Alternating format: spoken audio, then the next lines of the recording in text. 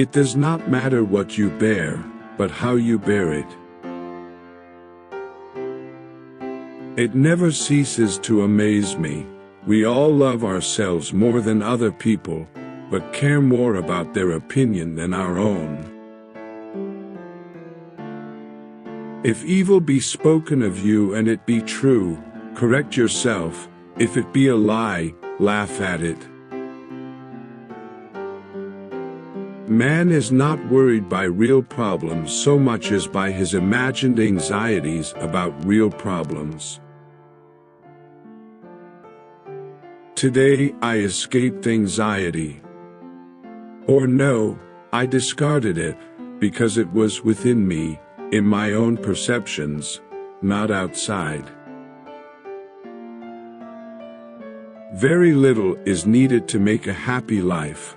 It is already within yourself, your way of thinking. He who is brave is free. If you really want to escape the things that harass you, what you're meeting is not to be in a different place, but to be a different person. Just keep in mind, the more we value things outside our control, the less control we have. You act like mortals in all that you fear, and like immortals in all that you desire.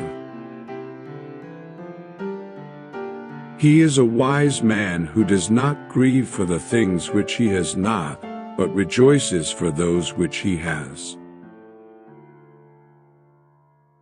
He who indulges in empty fears earns himself real fears. It's not what happens to you, but how you react to it that matters. There is only one way to happiness, and that is to cease worrying about things which are beyond the power of our will. Circumstances don't make the man, they only reveal him to himself. The whole future lies in uncertainty. Live immediately. Two elements must therefore be rooted out once for all, the fear of future suffering, and the recollection of past suffering, since the latter no longer concerns me, and the former concerns me not yet. We suffer more in imagination than in reality. If what you have seems insufficient to you, then though you possess the world, you will yet be miserable. The happiness of your life depends on the quality of your thoughts. All you need are these: certainty of judgment in the present moment, action for the common good in the present moment, and an attitude of gratitude in the present moment for anything that comes your way. Don't seek for everything to happen as you wish it would, but rather wish that everything happens as it actually will. Then your life will flow well. Hikato says, "Cease to hope and you will cease to fear." The primary cause of both these ills is that instead of adapting ourselves to present circumstances, we send out thoughts too far ahead. If one takes away riches from the wise man, one leaves him still in possession of all that is his, for he lives happy in the present, and without fear for the future.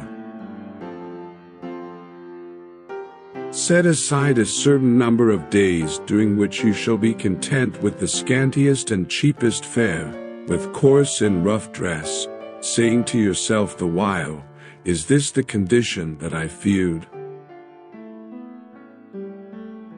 Accept the things to which fate binds you, and love the people with whom fate brings you together, but do so with all your heart. Everything that happens is either endurable or not. If it's endurable, then endure it. Stop complaining. If it's unendurable, then stop complaining.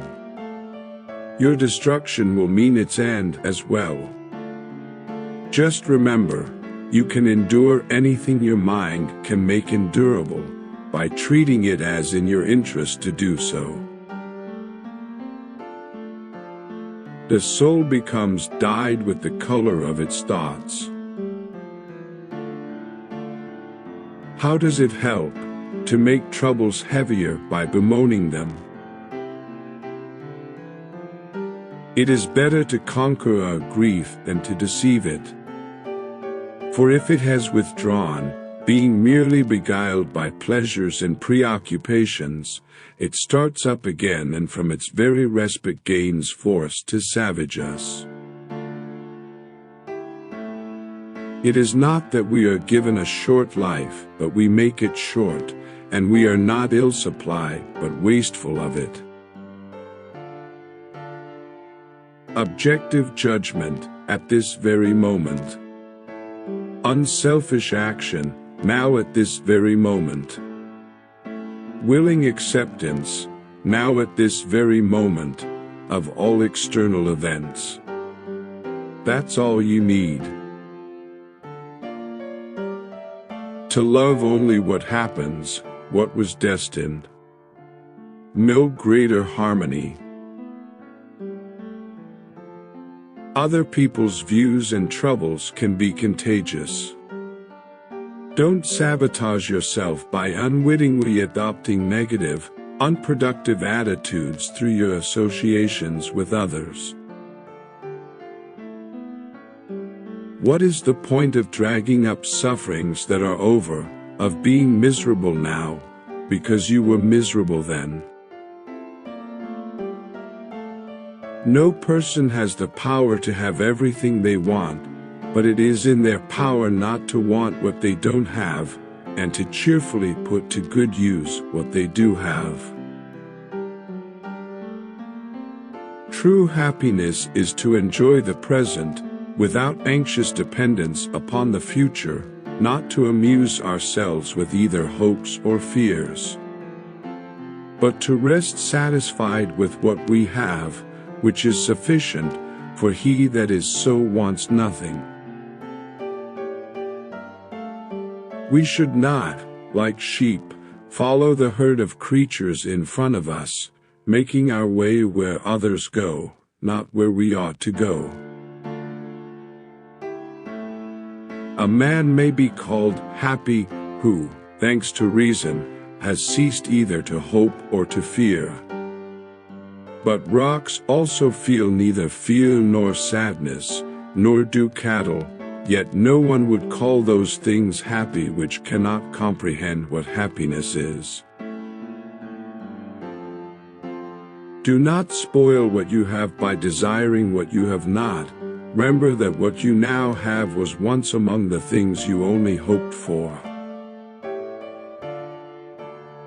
God did not intend my happiness to rest with someone else. How long are you going to wait before you demand the best for yourself and in no instance bypass the discriminations of reason? You have been given the principles that you ought to endorse, and you have endorsed them. What kind of teacher, then, are you still waiting for in order to refer your self-improvement to him? It is impossible that happiness, and yearning for what is not present, should ever be united. How much time he saves who does not look to see what his neighbor says, or does, or thinks. No man is free who is not master of himself. The essence of philosophy is that a man should so live that his happiness shall depend as little as possible on external things. What upsets people is not things themselves, but their judgments about these things. You have power over your mind, not outside events. Realize this, and you will find strength.